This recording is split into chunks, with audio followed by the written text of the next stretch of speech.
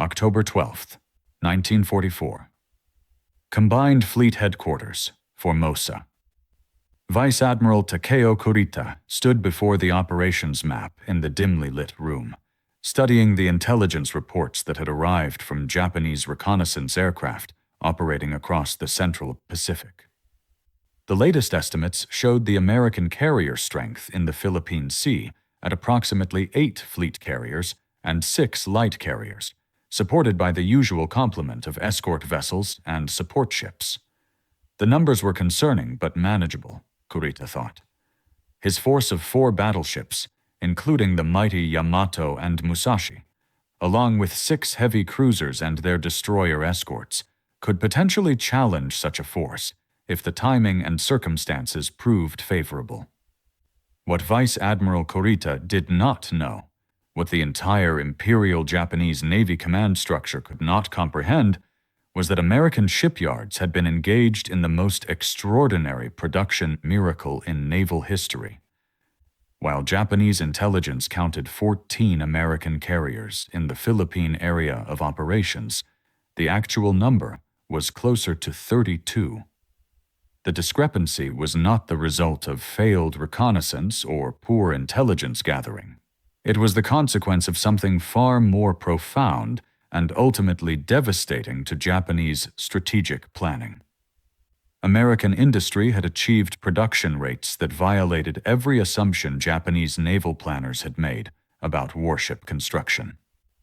The transformation had begun in earnest after the Battle of Midway in June 1942, when the United States Navy lost the carrier USS Yorktown and suffered damage to USS Enterprise, while inflicting catastrophic losses on the Imperial Japanese Navy's carrier striking force. 4 Japanese fleet carriers, Akagi, Kaga, Soryu, and Hiryu, had been sent to the bottom of the Pacific Ocean. The loss represented not just 4 ships, but the destruction of Japan's preeminent carrier striking force and the irreplaceable death of hundreds of experienced naval aviators whose training had consumed years of resources and effort. The United States Navy had won a tactical victory that fundamentally altered the strategic balance in the Pacific, but the truly decisive factor was only beginning to reveal itself. In the immediate aftermath of Midway, Japanese naval architects began designing replacement carriers. The construction of a fleet carrier in the Imperial Japanese Navy required approximately 3 years from keel laying to commissioning under optimal conditions. Japanese shipyards, already stretched to capacity supporting operations across the vast Pacific theater, lacked the industrial infrastructure to accelerate this timeline significantly. Materials shortages, particularly in specialized steel alloys and aluminum, further constrained production. The simple mathematics suggested that Japan might replace its lost carriers by 1945. Assuming no further losses and perfect execution of construction schedules that rarely met projections even in peacetime. American shipyards were operating under completely different constraints and capabilities. The Essex-class fleet carrier program had been authorized before Pearl Harbor, with the first vessels laid down in April 1941. These ships displaced 27,000 tons, carried 90 to 100 aircraft, and incorporated lessons learned from earlier carrier designs. More importantly, they were designed from inception for mass production. Every component was standardized. Prefabrication techniques borrowed from commercial shipbuilding allowed sections to be constructed simultaneously at different facilities. Electric welding replaced riveting wherever possible, reducing construction time and labor requirements. Newport News Shipbuilding in Virginia had completed USS Essex, the class lead ship, in just 20 months from keel laying to commissioning in December 1942. This timeline, remarkable by pre-war standards, represented only the beginning of American industrial acceleration. As construction experience accumulated and production techniques improved, subsequent ships of the class were completed faster. USS Intrepid required 17 months. USS Hornet, the second ship to carry that name after the original was sunk at the Battle of Santa Cruz, needed just 15 months. By 1943, American shipyards were consistently completing Essex-class carriers in approximately 12 to 14 months, a feat Japanese naval planners considered physically impossible. The production statistics that Vice Admiral Kurita's intelligence officers provided to him in October 1944 reflected fundamental misunderstandings about American industrial capacity. Japanese estimates suggested the United States might commission 4 to 6 new fleet carriers annually at maximum production rates. This projection was based on Japanese experience, where the best-equipped shipyards required 2 to 3 years to complete a single fleet carrier. The actual American production rate was approximately double the Japanese estimate for fleet carriers alone, and this calculation completely missed the parallel program of light carrier construction that had no equivalent in Japanese planning. The Independence-class light carriers represented an innovation Japanese naval architecture had never attempted. These vessels were converted from Cleveland-class light cruiser hulls already under construction when the war began. The conversion process, which began in early 1942, transformed these 11,000-ton cruisers into light carriers capable of operating 30 to 35 aircraft. The first ship, USS Independence, was commissioned in January 1943. Just 10 months after conversion work began, 9 ships of this class entered service between January and December 1943, each one requiring less than a year from conversion authorization to operational status. Vice Admiral Kurita's intelligence estimates made no mention of these light carriers because Japanese reconnaissance had difficulty distinguishing them from cruisers at long range, and Japanese naval doctrine had no conceptual framework for such vessels. The Imperial Japanese Navy operated light carriers, but these were purpose-built designs requiring 2 years to construct. The concept of rapidly converting cruiser hulls to create stopgap carriers had never been seriously considered by Japanese planners, who viewed such expedients as inferior to proper fleet carrier construction. This doctrinal blindness meant the Japanese estimates of American carrier strength consistently undercounted actual deployed forces by approximately 1/3. The scale of American production became clear through specific examples that Japanese intelligence struggled to process. In 1943 alone, American shipyards commissioned 6 Essex-class fleet carriers and 9 Independence-class light carriers. This single year's production exceeded the total number of fleet carriers Japan had possessed at the start of the war. When Japanese reconnaissance reported the presence of new American carriers in forward areas, headquarters staffs struggled to reconcile these sightings with their understanding of construction timelines. Initial reports were dismissed as misidentifications or duplicate sightings of the same vessels.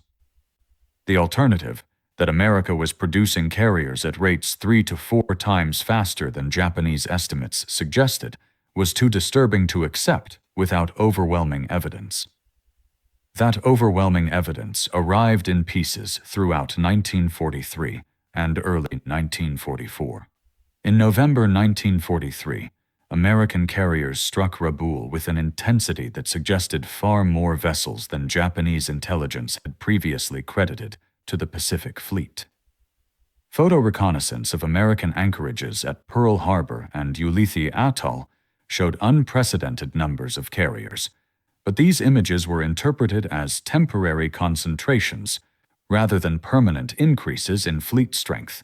Japanese naval intelligence officers, trained in pre-war doctrine that emphasized quality over quantity and individual ship capabilities over fleet numbers, lacked the conceptual framework to understand what American industry had achieved. The human dimension of American carrier production proved equally incomprehensible to Japanese observers. Each Essex-class carrier required approximately 2.5 million man-hours to construct. Newport News Shipbuilding employed over 30,000 workers at peak production. The Brooklyn Navy Yard, constructing multiple carriers simultaneously, employed 43,000. Bethlehem Steel's Fore River Shipyard in Massachusetts added another 22,000 workers specifically for carrier construction. These workforces included unprecedented numbers of women, African Americans, and workers previously considered unsuitable for skilled shipyard labor. Rosie the Riveter, the iconic representation of American female war workers, was quite literally building aircraft carriers. Japanese shipyards operated under completely different labor conditions. The Kure Naval Arsenal, Japan's premier naval construction facility, employed approximately 40,000 workers in 1943, but these workers were spread across construction and repair of numerous vessel types. Carrier construction competed for resources with battleship repairs, destroyer production, and submarine construction. No single Japanese shipyard could concentrate resources on carrier production the way American yards did. More fundamentally, Japanese industry relied heavily on skilled craftsmen whose training required years. The concept of rapidly training semi-skilled workers for specialized tasks, which American industry had perfected, was foreign to Japanese industrial practice. Admiral Isoroku Yamamoto, commander of the combined fleet until his death in April 1943, had warned repeatedly about American industrial potential. His experience as naval attaché in Washington during the 1920s had given him first-hand exposure to American manufacturing capabilities. Yamamoto's famous statement that Japan would run wild for 6 months to a year, but could make no guarantees thereafter, reflected his understanding that extended conflict with America meant competing in industrial production, a competition Japan could not win.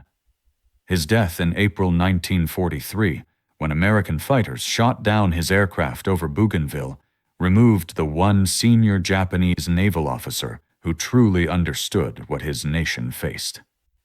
Admiral Minechi Koga, who succeeded Yamamoto as combined fleet commander, lacked his predecessor's intimate knowledge of American capabilities. Koga's experience was primarily operational, focused on tactics and fleet movements rather than industrial logistics. When intelligence reports suggested increasing numbers of American carriers, Koga questioned the reliability of reconnaissance rather than accepting that American production had exceeded all projections. This skepticism, shared by most senior Japanese officers, meant that operational planning consistently underestimated American strength. Plans developed for major engagements assumed carrier parity or modest American numerical advantage when the actual disparity was approaching 3-1. The Battle of the Philippine Sea in June 1944 provided devastating confirmation of American carrier superiority. Vice Admiral Jisaburo Ozawa commanded the Japanese mobile fleet with 9 carriers, 5 fleet carriers, and 4 light carriers, representing virtually every operational carrier the Imperial Japanese Navy possessed.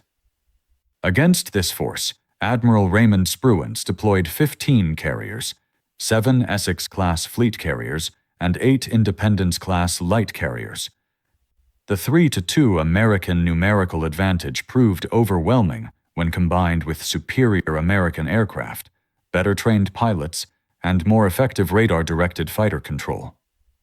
Japanese losses included 3 carriers sunk and 2 severely damaged, along with approximately 400 aircraft destroyed. American losses totaled 123 aircraft with no ships sunk. What stunned Japanese survivors of the Philippine Sea Battle, which they termed the Great Marianas Turkey Shoot, was not just the defeat, but the realization that American carrier strength appeared limitless. Pilots reported engaging enemy fighters in numbers that exceeded Japanese intelligence estimates of total American carrier aircraft in the Pacific.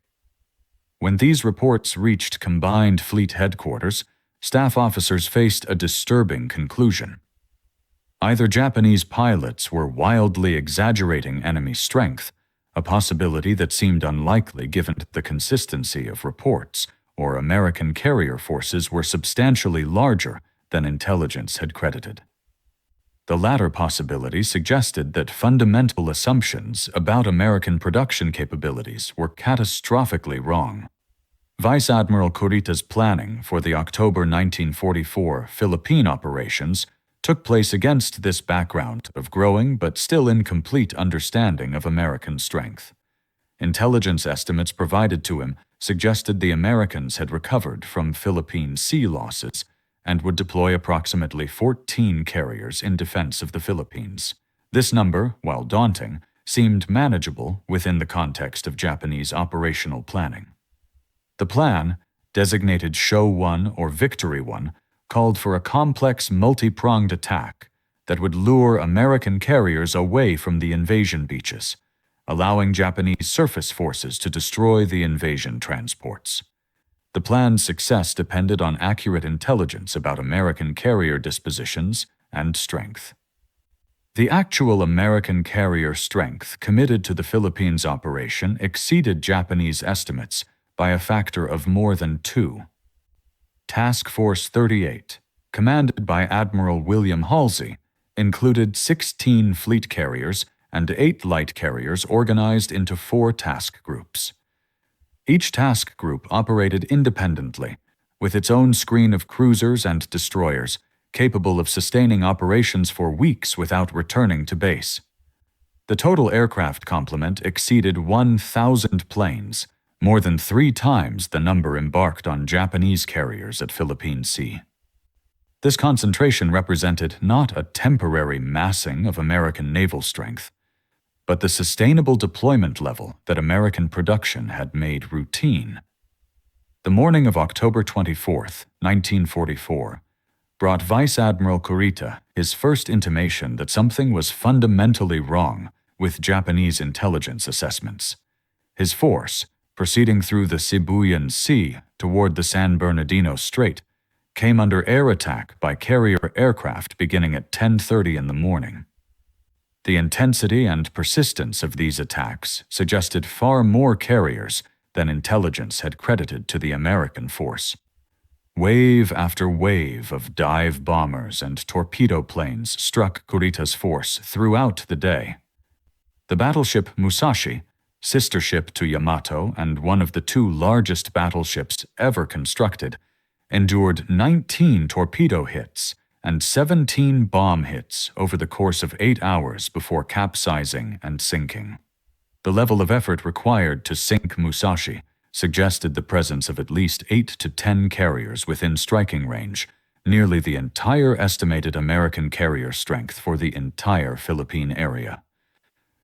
What Kurita could not know was that the attacks on his force represented only a portion of American carrier strength in the Philippines. Task Force 38's other task groups were simultaneously striking Japanese airfields on Luzon, engaging Vice Admiral Ozawa's decoy carrier force to the north, and maintaining combat air patrol over the invasion beaches. The American carrier fleet was conducting 3 major simultaneous operations while maintaining sufficient reserve strength to respond to unexpected threats. This operational flexibility, impossible without overwhelming numerical superiority, represented the fruition of American industrial mobilization that had begun nearly 3 years earlier.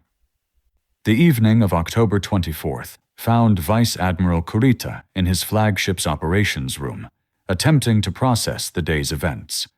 His force had lost Musashi, suffered damage to several other vessels, and endured continuous air attack for nearly 10 hours. The intensity suggested American carrier strength substantially exceeded intelligence estimates, but by how much remained unclear. Japanese reconnaissance aircraft had reported American carrier groups in multiple locations, but the total count remained uncertain. Staff officers suggested the Americans might have concentrated their entire Pacific carrier fleet in the Philippines, temporarily abandoning other theaters to achieve overwhelming local superiority. This explanation, while concerning, at least fit within Japanese understanding of naval operations. The reality was far more disturbing than any explanation Kurita's staff could construct. The American carrier fleet in the Philippines represented approximately 60% of total American carrier strength in the Pacific. Another 10 carriers operated in the Central Pacific, supporting garrison forces and training for future operations. American shipyards had already launched the next group of Essex-class carriers, which would commission over the coming months. The production system that had seemed impossible to Japanese planners in 1942 had become self-sustaining, with new carriers entering service faster than combat operations could attrite them. American carrier production in 1944 totaled 8 Essex-class fleet carriers and 1 Independence-class light carrier commissioned. This number, while lower than 1943's 15 carrier total, reflected the completion of the Independence-class program and the inherently longer construction time for fleet carriers compared to converted light cruisers. More significantly, American shipyards had reached a production rhythm that could sustain indefinitely. New carriers commissioned in 1944 replaced all losses from Philippine Sea and earlier battles, while adding to the total fleet strength. By October 1944, the United States Navy operated 32 fleet and light carriers in the Pacific, with another 6 under construction and scheduled for commissioning before mid-1945. The Battle off Samar on October 25, 1944, provided Vice Admiral Kurita his most direct confrontation with American carrier strength. After successfully transiting the San Bernardino Strait during the night, Kurita's force encountered what initially appeared to be a vulnerable American escort carrier group protecting the invasion beaches. These 6 escort carriers, small vessels built on merchant ship hulls for anti-submarine warfare and close air support, seemed to offer the perfect target. Kurita ordered his battleships and cruisers to engage, confident that his superior gun power would quickly destroy these light carriers and their destroyer escorts. What followed was one of naval history's most desperate actions. The American escort carriers and their escorting destroyers fought with suicidal courage, making smoke, launching torpedo attacks, and calling for air support from the fast carriers operating to the north. Aircraft from multiple carriers, both the escort carriers under attack and fleet carriers from Task Force 38, responding to distress calls, converged on Kurita's force. The weight of this air response, combined with aggressive destroyer attacks and the unexpected resistance from the escort carriers themselves, convinced Kurita he was facing fleet carriers rather than the lighter escort vessels actually present. After 2.5 hours of combat, during which he sank 1 escort carrier and 3 destroyers, but suffered heavy damage to several of his own ships, Kurita ordered a retreat. The decision to withdraw from Samar Gulf represented Vice Admiral Kurita's ultimate recognition that Japanese naval planning had fundamentally misunderstood the strategic situation. The intensity of American air response, the apparent presence of carriers in numbers far exceeding intelligence estimates, and the ferocity of even supposedly light American forces suggested that Japan faced an enemy whose strength was essentially inexhaustible. Kurita later testified that he believed he had engaged fleet carriers because the volume of air attack suggested nothing else. The realization that he had actually faced only escort carriers and that the fleet carriers were simultaneously operating elsewhere came later and confirmed his worst fears about American strength. The aftermath of the Battle of Leyte Gulf, as the series of engagements in October 1944 came to be known, forced Japanese Naval Command to confront mathematical realities they had long avoided. The combined fleet had committed virtually every operational carrier to the Philippine operations. Vice Admiral Ozawa's northern force included 4 carriers deployed as decoys to lure American carriers away from the main action. All 4 were sunk with minimal loss to American forces. The Philippine operations cost Japan 4 carriers, 3 battleships, 10 cruisers, and 11 destroyers. In exchange, Japanese forces sank 1 American light carrier, 2 escort carriers, 2 destroyers, and 1 destroyer escort. The exchange ratio demonstrated the impossibility of attrition warfare against an enemy who could replace losses faster than combat could inflict them. Statistical analysis of carrier operations between Midway in June 1942 and Leyte Gulf in October 1944 revealed the true scope of American industrial achievement. During this 28-month period, Japan commissioned 2 fleet carriers, the Taiho and the converted battleship Shinano, plus several smaller escort carriers. Total Japanese carrier strength declined from 9 fleet carriers in June 1942 to 1, the Amagi, still under construction in October 1944. During the same period, the United States commissioned 13 Essex-class fleet carriers, 9 Independence-class light carriers, and over 70 escort carriers built on merchant hulls for Atlantic anti-submarine warfare and Pacific amphibious support operations. American carrier strength had grown from 3 operational fleet carriers in June 1942 to over 30 in October 1944. The human cost of this production disparity extended far beyond ship counts. Each American fleet carrier embarked approximately 100 aircraft with full combat crews. American pilot training programs, operating with access to unlimited fuel and aircraft, graduated thousands of pilots annually. These pilots arrived at combat squadrons with 300 to 400 hours of flight time, including extensive gunnery practice and simulated combat training. By late 1944, many American carrier pilots had 50 to 100 hours of combat experience, having participated in multiple campaigns against progressively less capable Japanese opposition. Japanese pilot training had collapsed under the weight of unsustainable attrition. The 6-month to 1-year training program that had produced the superbly skilled pilots who attacked Pearl Harbor had been progressively shortened as the need for replacements grew desperate. By late 1944, Japanese pilots arrived at combat units with as little as 100 hours total flight time and minimal gunnery training. Fuel shortages limited training flights. The loss of experienced instructors to combat attrition meant that new pilots learned from aviators only marginally more experienced than themselves. The combination of inadequate training, inferior aircraft, and overwhelming numerical disadvantage created conditions where survival measured in hours rather than missions. Vice Admiral Kurita's recognition of these realities came too late to influence Japanese strategy meaningfully.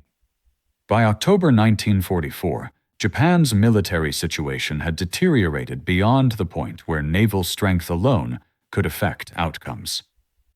American forces had secured air bases in the Marianas from which B-29 bombers could reach the Japanese home islands. The Philippines campaign would sever Japan's maritime connection to the resource-rich territories of Southeast Asia that the entire war had been fought to secure. The combined fleet, once the instrument through which Japan had hoped to achieve decisive victory, had been reduced to a wasting asset whose primary function was absorbing American attention and resources that might otherwise be directed at the home islands. The kamikaze offensive that began during the Philippines campaign represented the ultimate admission that conventional naval warfare had become impossible for Japan. Suicide attacks by aircraft laden with explosives offered the only method by which Japan's dwindling air strength could potentially damage American carriers faster than American shipyards could replace them. The mathematics were brutally simple. A conventionally delivered bomb or torpedo had perhaps a 5% probability of hitting and damaging a carrier. A kamikaze attack had a probability of perhaps 20 to 30%, assuming the pilot could penetrate defensive fire. Even at these improved odds, the exchange ratio remained prohibitive. Japan was trading trained pilots and aircraft on a one-for-one basis for potential damage to American ships that could be repaired in weeks or replaced in months. American carrier design incorporated battle damage resistance that Japanese planners had not fully appreciated. Essex-class carriers featured armored flight decks, redundant fire suppression systems, and damage control procedures that emphasized rapid repair rather than perfect restoration. A kamikaze hit that might put a Japanese carrier out of action for months required days or weeks to repair on an American carrier. USS Franklin, hit by 2 bombs in March 1945 that killed over 800 crew members and seemed certain to sink, was saved by damage control and eventually returned to service. No Japanese carrier damaged to similar degree during the war ever returned to operations. The industrial infrastructure supporting American carriers extended far beyond shipyards. Aircraft production reached staggering levels by 1944. Grumman Aircraft produced over 12,000 F-6F Hellcat fighters during the war. Curtiss manufactured over 12,000 SB-2 Sea Helldiver dive bombers. Grumman's TBF Avenger torpedo bomber saw over 9,000 examples built. These aircraft equipped American carriers as fast as new ships commissioned, ensuring that each carrier entered service with full air groups of the latest equipment. Japanese aircraft production, while substantial, could not keep pace with attrition. Obsolescent aircraft remained in service long after they should have been replaced, and many Japanese carriers in the later war period operated with partially filled air groups because replacement aircraft were unavailable. The training infrastructure that supported American naval aviation was equally impressive. The Navy established pre-flight schools, primary flight training, advanced flight training, and operational training commands that together could process thousands of student pilots annually. Flight training utilized standardized curricula, dedicated training aircraft, and instructor pilots who were themselves experienced aviators, rotated from combat assignments.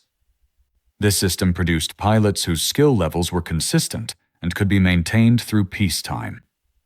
Japanese pilot training, by contrast, had been designed to produce smaller numbers of elite aviators.